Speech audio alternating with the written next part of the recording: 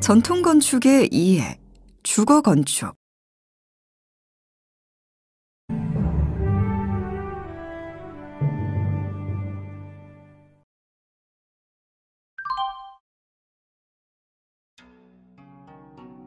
우리는 보통 우리의 전통 주거를 지칭할 때 한옥이라는 단어를 사용합니다.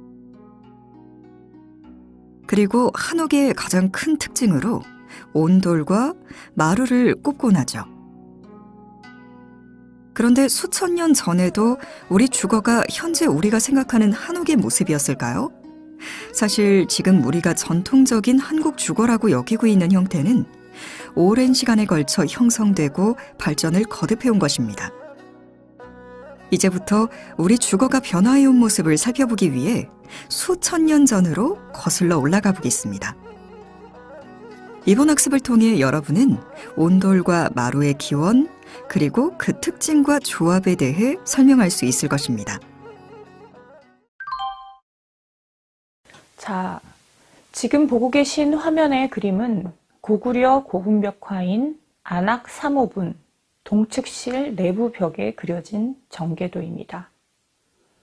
그림을 자세히 살펴보면 어떠신가요? 왼쪽부터 우물, 부엌, 창고, 차고, 마구간이 그려져 있고요. 맨 오른쪽에 사람 2명이 들어간 건물이 별도로 구성되어 있는 것을 알 수 있습니다. 요즘 우리가 전통 주거라고 생각하는 한옥의 모습하고 비교해 보시면 어떠신가요? 많이 다르죠? 이렇게 수천 년 전에 한반도의 주거는 여러 기능을 가진 건물들이 모두 따로따로 지어져 있었고요. 그 건물들은 간단한 목구조로 지어졌음을 알 수 있습니다. 그렇다면 우리가 우리 주거의 가장 큰 특징으로 이야기하는 온돌과 마루는 어떻게 생겨나서 하나의 지붕 안에 모이게 된 것일까요?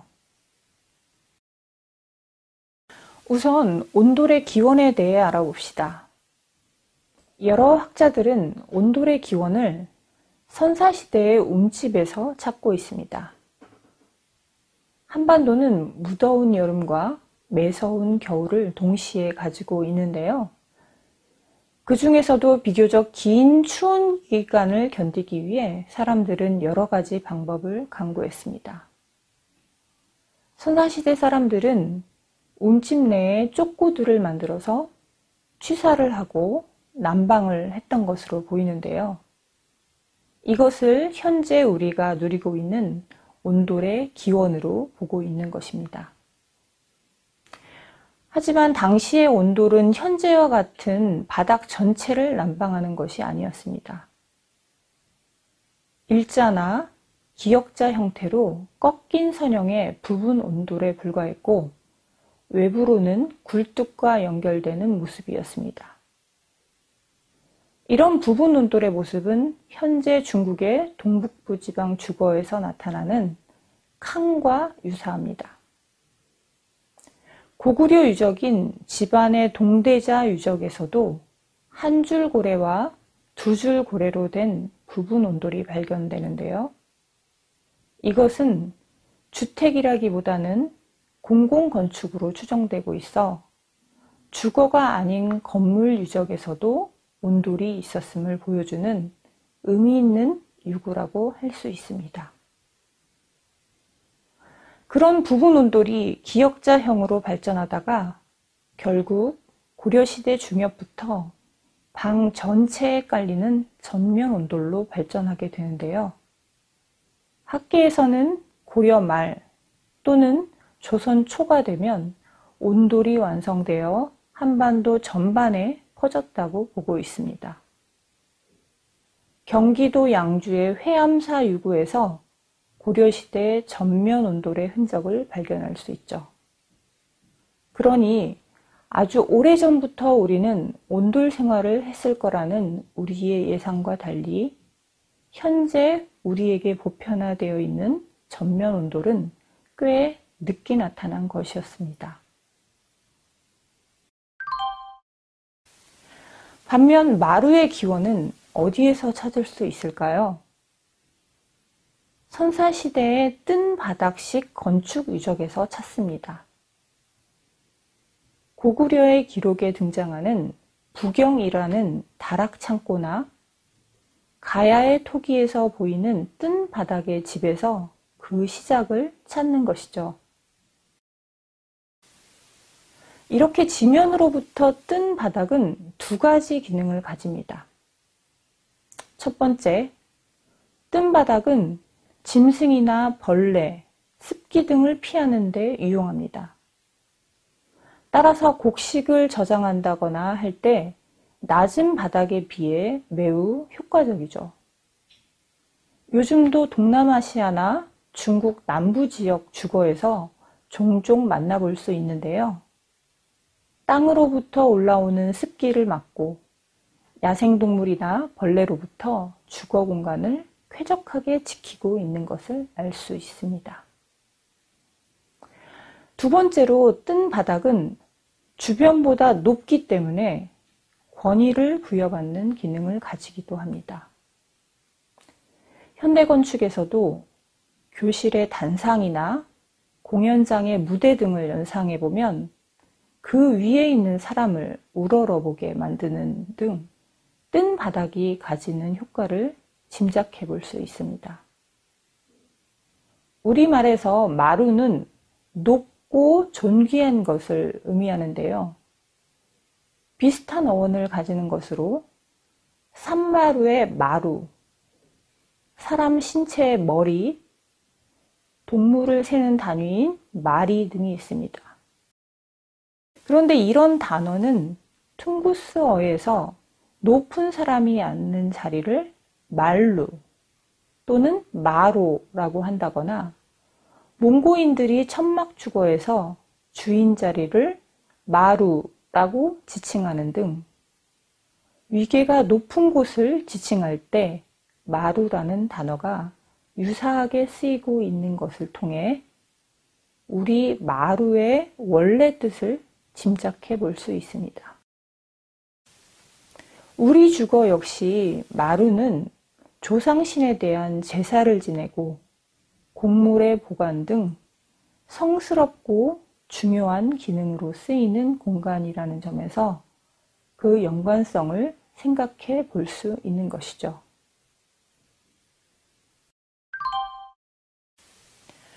그런데 앞서 살펴본 한국 주거의 대표 공간인 온돌과 마루를 보면 그 성격이 매우 다른 것을 알 수 있습니다.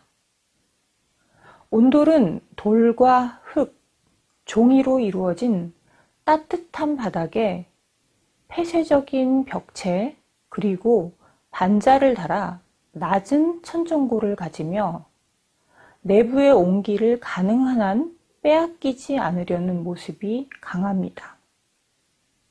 그리고 온돌방 안에서는 자고 먹고 휴식을 취하는 생활 공간으로서의 성격이 강하죠. 그에 비해 마루는 어떤가요? 두꺼운 나무로 짠 시원한 바닥에 개방적인 벽체, 그리고 위에 아무것도 설치하지 않아 높은 천정을 가져 공기의 순환이 원활합니다. 앞서도 언급했듯이 마루는 제사와 저장의 기능을 수행하죠. 이렇게 서로 성격이 다른 온돌과 마루는 오랜 시간을 걸쳐 만나게 됩니다. 정확한 시기는 모르지만 하나의 지붕 안에 전혀 다른 성격의 두 공간이 만나기 위해서는 시간이 필요했고 또 많은 실험과 시행착오를 거쳤을 것입니다. 온돌과 마루가 만나는 초기 사례로는 충남 아산의 맹시행단이나 경북 풍기의 소수서원 지락제를 들 수 있습니다. 이들 건축물을 보면 마루가 다른 건축물에 비해 매우 낮게 가설된 것을 볼 수 있습니다. 이것은 움집에서 시작된 온돌과 뜬 바닥에서 시작된 마루가 만나기 시작하면서 온돌의 높이와 마루의 높이의 접점을 찾은 높이였던 거죠. 그런데 이 두 건물에는 모두 온돌 옆에 흔히 붙는다고 생각하는 부엌이 없는데요. 후에 온돌방 옆에 난방과 취사를 위한 부엌이 붙는 건물에서는 아궁이와 부뚜막을 만들게 되면서 온돌과 마루의 바닥 높이는 더 올라가게 됩니다. 그에 따라 부엌은 높은 천정고를 가지게 되었고요. 이 높은 천정 공간을 활용하여 다락을 만들고 저장 공간으로 이용하게 됩니다. 자, 이쯤 되면 현재 우리가 생각하는 전통 주거의 모습을 얼추 갖춘 것으로 보이죠? 이러한 온돌, 마루, 부엌의 구성은 다양하게 조합되면서 주거 건축 이외에 궁궐, 관아, 향교, 서원 등의 공공건축에도 적용되게 됩니다. 또한 같은 주거에서도 시대별, 지역별로 온돌과 마루, 부엌이 어떻게 붙느냐에 따라 꽃집, 툇집, 겹집, 양톡집 등의 구분이 생기게 되고 그러한 건물을 누가 사용하느냐, 어떤 기능을 담느냐에 따라 안채, 사랑채, 행랑채, 별채, 사당 등의 건물 이름이 붙게 되죠. 하지만 그 건물들은 모두 분해해보면 그 안에는 온돌과 마루, 부엌의 조합이 되어 있고요. 기능에 따라 그 구성이 달라지는 것을 알 수 있습니다. 여러분, 전반부에 우리 주거의 형성과 발전에 대한 강의 어떠셨나요? 온돌과 마루라는 우리 주거의 대표 공간을 따로 떼어서 그 기원을 살펴보고 특징에 대해 파악을 해보니 우리 전통 주거인 한옥이 색다르게 보이지 않나요? 이렇게 수천 년에 걸쳐 변화하고 정착한 우리 주거는 근대기를 맞아 급격한 변화를 맞이하게 됩니다. 이번 시간에 살펴본 내용을 다시 한번 정리해 봅시다. 학습한 내용을 확인하는 시간을 갖도록 하겠습니다. 평가 문제는 총 2문항이 제시되고 각각 2번의 기회가 주어집니다.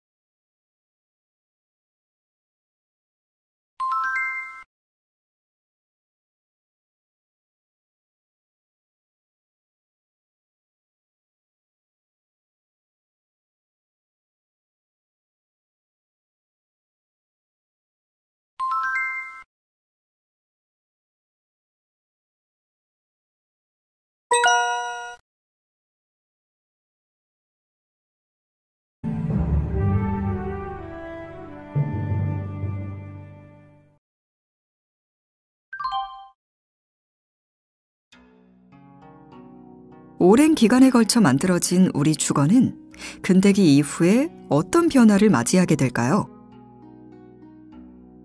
아시다시피 우리나라의 근대기는 다양한 경로를 통해 많은 외래 문물들이 들어오던 격동의 시대였습니다. 따라서 우리 주거 문화도 급격한 변화를 맞게 되는 시기였는데 특히 그 변화는 도시 주거에서 두드러지게 나타났습니다.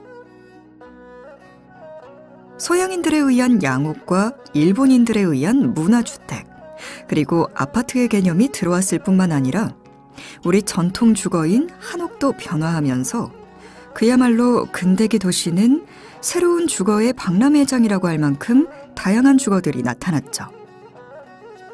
그럼 이제 근대기 우리나라에는 어떠한 새로운 도시 주거가 나타났고 우리 주거는 어떻게 변화했으며 그 배경에는 어떠한 이유가 숨어 있었는지에 대해 알아봅시다.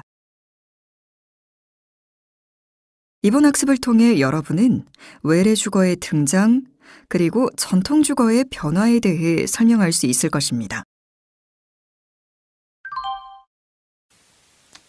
화면에서 보시는 두 주택은 모두 근대기 서양인들에 의해 지어진 것입니다.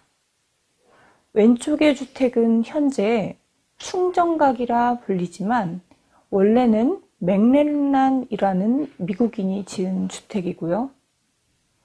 오른쪽의 주택은 딜쿠샤라 불렸던 엘버트 테일러라는 미국인이 지은 주택입니다. 이런 주택은 바로 인천과 같은 계양장이나 서울 정동과 인근에 지어진 서양인들의 주택들이었는데요.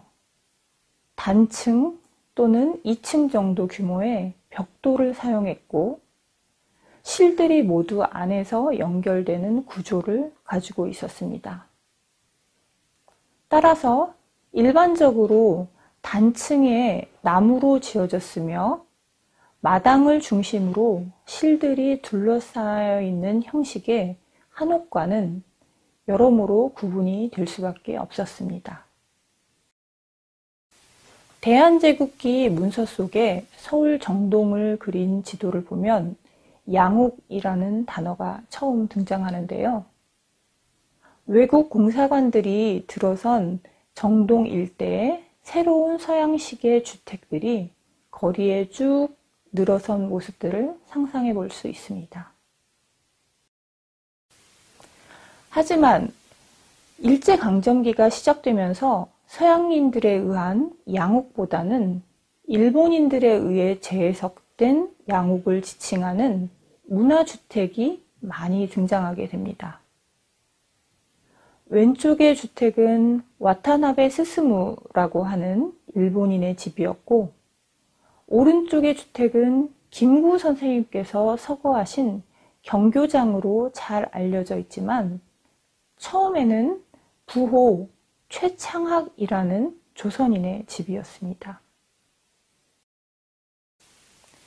와타나베 주택은 서울 장충동에 1930년에 지어진 주택인데요.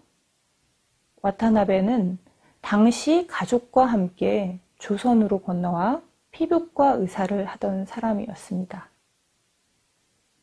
그는 일본인 중상류층에 해당하는 사람으로서 그의 주택을 보면 기본적으로 목조로 지어졌지만 외부는 모르타르칠을 해서 서양식 외관을 흉내내고 내부에는 벽난로를 두고 서양식 벽지와 카펫을 깐 응접실을 뒀습니다. 그야말로 서양식 주택에 대한 동경으로 지은 집이죠. 하지만 서양식 공간에서만 생활하기에는 어려웠나 봅니다. 내부에는 다다미 방을 두었고 추운 겨울을 나기 위해 온돌방도 두었죠. 한편 경교장은 원래 1937년에 광산왕으로 불렸던 최창학이라는 조선인 부호가 죽첨장이라는 이름으로 지은 개인주택이었습니다. 이 주택은 목조가 아닌 벽돌과 콘크리트로 지어진 주택이었는데요. 내부에 들어가 보면 값비싼 대리석 장식을 한 서양식 응접실과 당구실 등을 갖추고 있는 것을 알 수가 있습니다. 당시 콘크리트라는 재료는 목조나 벽돌조에 비해 가장 비싼 건축 재료였는데요.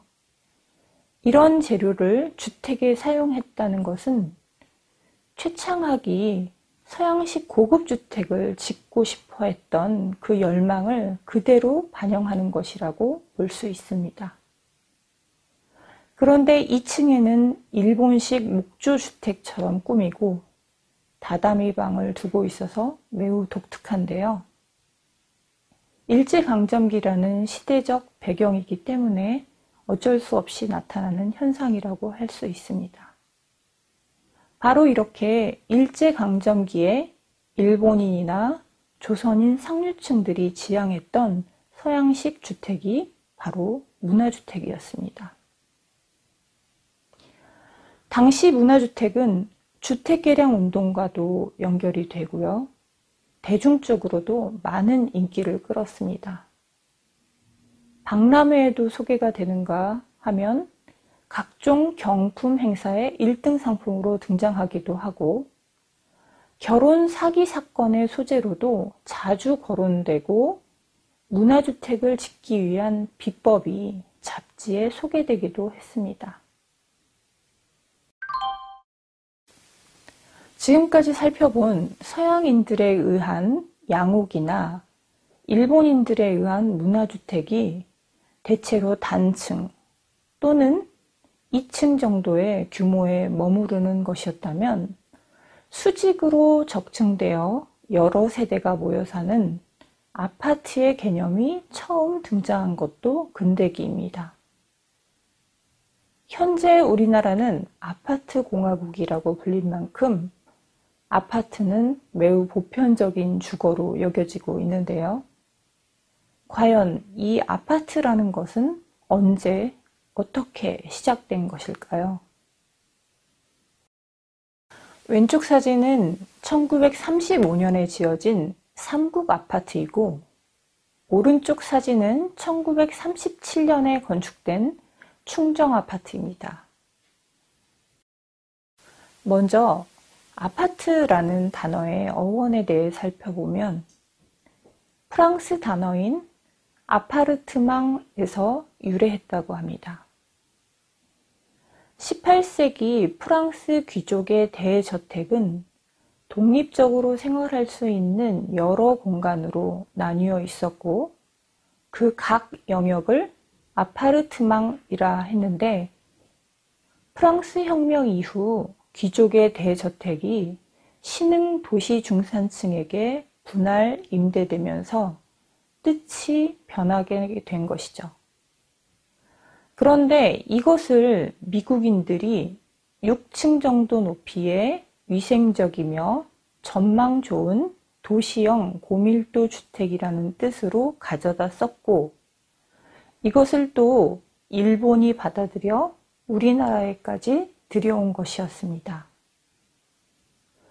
당시 신문과 잡지 기사를 보면 1920년대 초반부터 아파트라는 것이 소개되었는데요. 대체로 3층, 4층 규모의 콘크리트조 건축물로 적게는 수십 호에서 많게는 수백 호 규모로 지어진 것들이 소개되었음을 알 수 있습니다. 유형은 가족 단위를 대상으로 한 것과 독신자들을 대상으로 한 것으로 나뉘었는데요. 가족용의 경우에는 내부에 2개 내지 3개 정도의 실을 구비하고 있었고 독신자용의 경우에는 1개의 실을 가지고 있었습니다. 안에는 수도와 가스가 완비되어 있고 공동 욕실, 공동 식당, 오락실, 도서실, 담화실 등의 공용시설이 구비되어 있고 주로 일본인들을 대상으로 한 것이어서 내부에 다다미 방을 두는 등 요즘 우리가 말하는 아파트와는 형식이 많이 달랐던 것을 알 수 있죠. 바로 삼국 아파트나 충정 아파트 모두 이러한 배경에서 지어진 아파트들이었는데요. 당시 아파트를 바라보는 대중들은 이러한 아파트를 동경의 대상으로까지 삼으면서 구경을 다니기도 했다고 합니다. 자, 앞에서 살펴봤듯이 외래에서 밀려 들어온 새로운 주거 양식이 이렇게 나타났다면 기존의 한반도의 재래식 주택인 한옥은 어떻게 변화해 나갔을까요? 여기에는 근대기의 급격한 도시화에 대한 이해가 있어야 합니다. 사실 조선시대 500여 년 동안 수도였던 한양의 인구는 10만에서 20만 내외에 불과했습니다. 그런데 근대기에 들어서 불과 몇십 년 만에 인구 100만의 도시가 되죠. 그야말로 인구가 폭증을 한 것인데요.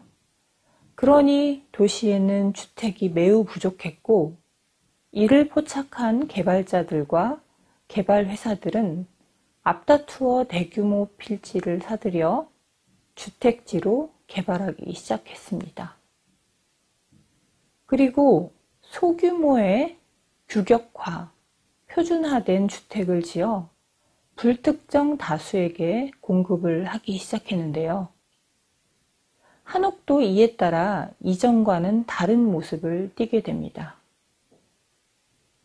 기존의 한옥은 안채와 사랑채, 행랑채 등이 마당을 중심으로 넓게 퍼져 구성되어 있었다면, 이제는 낮에는 밖에서 일해야 하는 남자들의 공간인 사랑채가 줄어들고, 상대적으로 여자들의 공간인 안채를 중심으로 재편되면서 규모도 작아진 것이죠.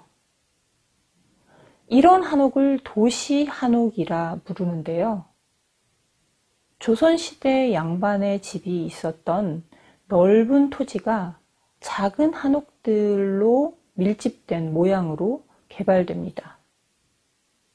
현재 서울의 북촌과 서촌 등 그런 곳에서 만나볼 수 있는 자그마한 한옥들이 바로 그 흔적입니다. 이러한 도시 한옥은 해방 이후에도 한동안 지어지다가 점차 그 자취를 감추게 되었습니다. 이런 도시 한옥에는 당시 새로운 건축 재료로 주목받던 벽돌이나 유리, 함석과 같은 것들이 쓰여서 기존의 목조주택과는 많은 차이를 보이게 됩니다. 평면은 주로 디귿자나 튼 미음자형이 인기를 얻으면서 일원화되었는데요. 그러다 보니 길에서 보이는 인면이 획일화되는 경향을 보이기도 합니다.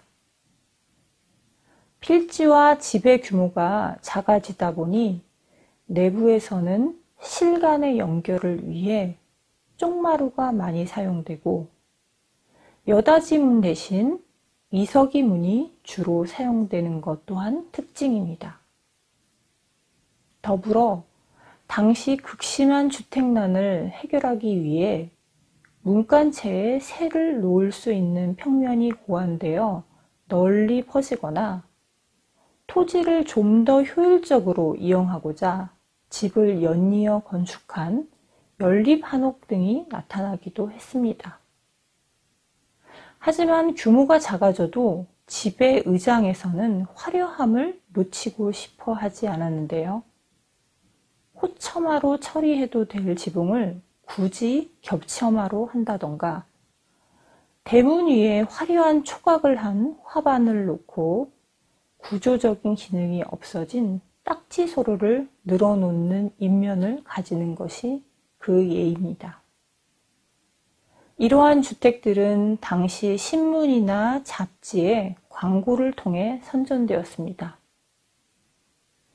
조선시대까지만 해도 집을 짓고자 하는 사람과 집을 지어주는 사람 간의 1:1 관계만이 존재했다면, 이제는 그것을 넘어서 불특정 다수를 상정하여 주택을 계획하고 공급한다는 새로운 주택 공급 방식이 나타난 것이죠. 주택 분양자들은 최대한 많은 이익을 얻는 것이 목적이었기 때문에 전체적으로 칸의 치수를 줄이는 대신 많은 칸수를 확보하여 높은 금액으로 집을 팔기도 했습니다. 하지만 아직 여전히 변하지 않는 것도 있었습니다. 그것은 바로 대청이 집의 중심을 차지하며 되도록 남면을 해야 한다는 것과 대문의 위치를 절대 북쪽에 두지 않으려 했다는 것입니다. 일단 대청은 당시 건축가들로부터 여름과 겨울 모두 쓸모가 없는 공간이라며 많은 비판을 받았습니다. 하지만 대중들에게 있어서 대청은 집의 중심을 잡아주는 대표 공간으로서 없어서는 안 될 공간으로 여겨졌습니다. 따라서 아무리 3칸 내지 4칸 정도의 작은 집이라고 할지라도 반드시 가운데 대청을 두고 남쪽으로 면하게 하여 대청의 생명력은 계속 이어지게 됩니다. 또한 대문의 위치는 예로부터 풍수적인 이유로 남쪽이나 동쪽으로 내는 것이 선호되었습니다. 부득이한 경우에 서쪽으로 대문을 내기도 했지만 절대 북쪽 대문만은 피하고자 했습니다. 따라서 이 시대의 한옥들이 밀집되어 있는 곳에 가게 되면 필지가 작은데도 불구하고 굳이 골목을 만들어 진입 방향을 남쪽이나 동쪽으로 바꾸고자 한 것을 발견할 수 있습니다. 여러분, 근대기 우리 주거의 변화에 대한 강의 어떠셨나요? 소용돌이처럼 몰아치던 격동의 근대기에 다양하게 들어온 외래주택들과 재래주택인 한옥의 변화 양상이 느껴지셨나요? 우리가 지금은 당연하다고 생각하고 있는 우리 주거는 이렇게 오랜 기간 동안 다양한 사회, 문화적 영향을 받아오면서 정착한 것이고 또 앞으로도 계속 변화해 나갈 것입니다. 혹시 기회가 되신다면 현재 우리가 살고 있는 아파트의 평면과 근대기 주거를 비교해 보는 것도 유익할 것입니다. 이번 시간에 살펴본 내용을 다시 한번 정리해 봅시다. 학습한 내용을 확인하는 시간을 갖도록 하겠습니다. 평가 문제는 총 2문항이 제시되고 각각 2번의 기회가 주어집니다.